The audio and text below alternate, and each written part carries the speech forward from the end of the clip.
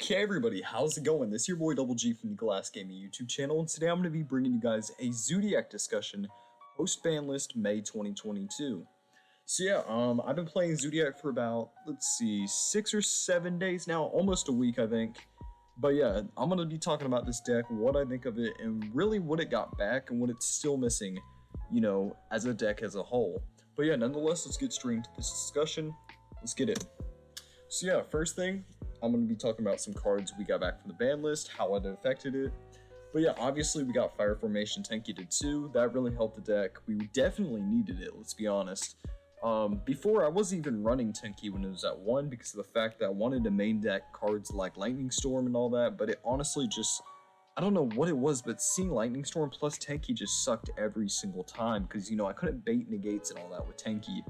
But, yeah, I'm definitely going to be on Tenki again. I think that's a really good card now that it's at 2. It makes it a lot more accessible as well to see cards that you want to see. So, like, for certain matchups, I might play Bunny Bast, Cataroost, Rams, the ones that can pretty much stop them from interacting with your Zoodiac XYZs or XZ monsters. And then, of course, you got Pot of Desires to 2, which is really good, I think at the time, it got put to 1 because every single deck was pretty much playing it. It was essentially just a Pot of Greed at that point. But yeah, I'm happy to see this card come back to 2. I'm not sure if we're going to see it back at 3, but, this is actually a pretty, smart hit, putting a staple to 2. And then, of course, we saw a Change of Heart come to 1 copy per deck. I'm not sure anyone suspected this. I'm sure a few people, of course, but this does help, I'm going to be honest. It allows you to out certain cards. If BDF is on field, you can actually either bait out a negate or out 3 cards, because one with an attack, one with the destruction effect. And you always can, link off into something you need, or, Zeus eventually. But yeah, that's just some cards we got back from the ban list. Let's get to the next section. Next section, some great cards for Zoodiac. This isn't all the cards. I'm obviously going to show some more cards in this video.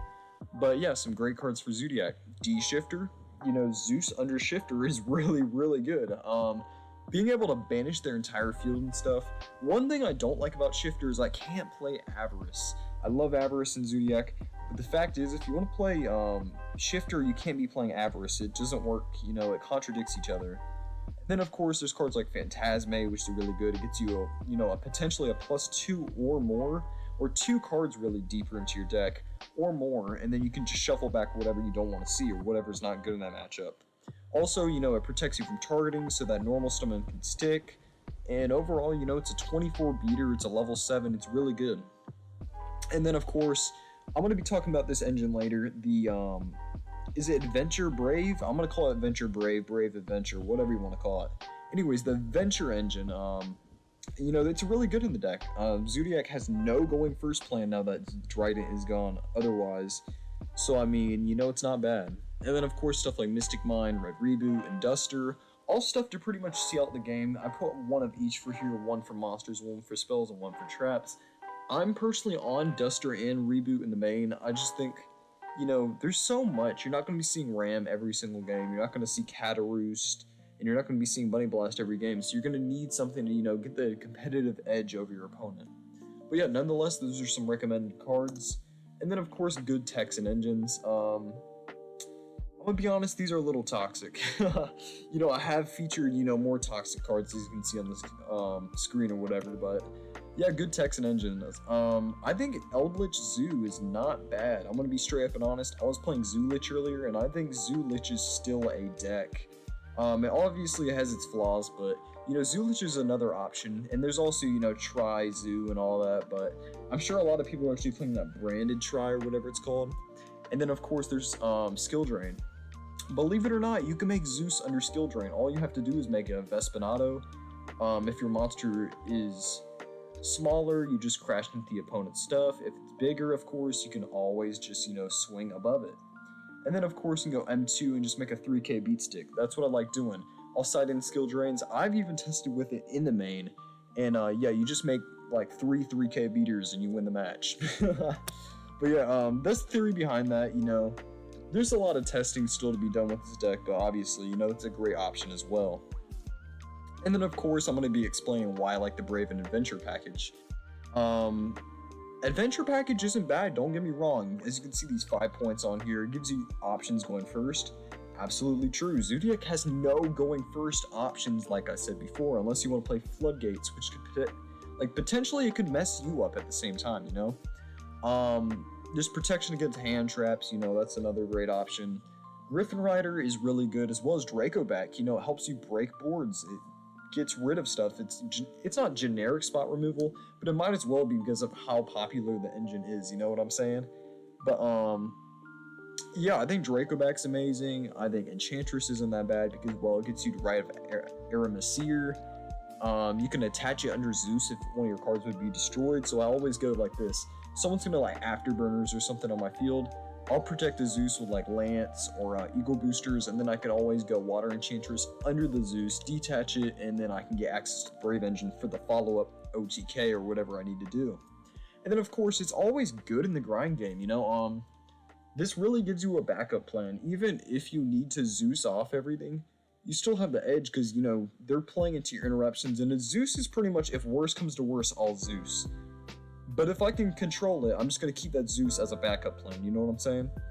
So yeah, it's not bad. It's definitely not bad. I like this engine. I'm still debating if I want to play this or the Eldritch engine in the deck, but, you know, it's a mix. I have mixed feelings about both engines. Honestly, I'm still thinking probably the Eldritch engine is better, just for versatility reasons, but, you know, I think either way, the Brave package can be just sided, you know? I haven't been playing it in the main, so enough on that. Now I'm going to be going over the weaknesses of the deck. A lot of you guys actually know this. Obviously, I've said like 100 times. I'm sorry for that. I'm brain dead right now. But yeah, sticking your Eggsy on board, if you can't do that, that's a huge problem. Removal of the normal summon or removal of your monster until you get to Zeus. If you can stick a Zeus on board, you've achieved your plan, you know, because even a 2-material Zeus is usually good enough, you know? But yeah, Cataroost. You know, this is a great one. I've been playing this card. It's just mainly trying to stick that normal summon, or even trying to get your Zeus on field can be a struggle at times. So that's why I just said that in general. And then of course we have hand size. Even with Desires and Tenki to 2, you know, there's so much going towards like playing going second now. You have so many options, but at the same time, a lot of the cards are like not really, they pay off high, but if they don't, you're not really getting any resources as well. So cards like Lightning Storm, Dark Ruler, Droplets, you're having to sack off your hand. And if they don't go the way you want, you know, you literally have no hand at the end of the day. So hand size is a very big problem with this deck. But obviously, you know, you're playing a going second deck, you're going to have 6 cards in hand. If you're playing first, that's just not the way to go. Let me tell you that. Yeah, hand size, that's obviously a problem. I think we can fix it in the future, but that's another reason why I like the Zoo engine, because, or not the Zoo engine, the adventure stuff, and as well as the Eldritch stuff, because it literally just gives you a grind, you know? And then of course we have the going first game 1. I think most of you people already suspected this. I'm personally on Floodgates in the main deck. The reason is so many people are wanting to go second. I've seen like 16 strikers in the past 7 days. I'm serious. That's probably an exaggeration, but I've seen a lot of strikers. I've seen a lot of going second decks, Thunders, Danger Thunders, believe it or not. And, you know, a lot of people are opting to go second. I'm not sure if it's, you know, to learn to go second or not, but a lot of people are playing going second to break boards via Super Polys, you know, Dark Rulers, Droplets, all that. But yeah, I mean, you know, going first is obviously a big struggle in this deck, so I gotta work that out. But yeah, that's pretty much, you know, the discussion for the channel. Zoodiac is in a weird spot, obviously. I gave some ideas. If you guys got any other ideas, maybe Dragoon, you know, that might be a good card for the deck. But obviously, you know, I haven't done too many discussions on the channel. If you guys enjoyed it, you know, feel like I did a decent job. But yeah, thanks for watching. Let's see if we can hit 1,000 subscribers by the end of the year. I think it's doable, you know. I've been having a struggle with putting out videos and all that, but yeah, thanks for watching. I'll catch you guys later. Thanks for sticking around.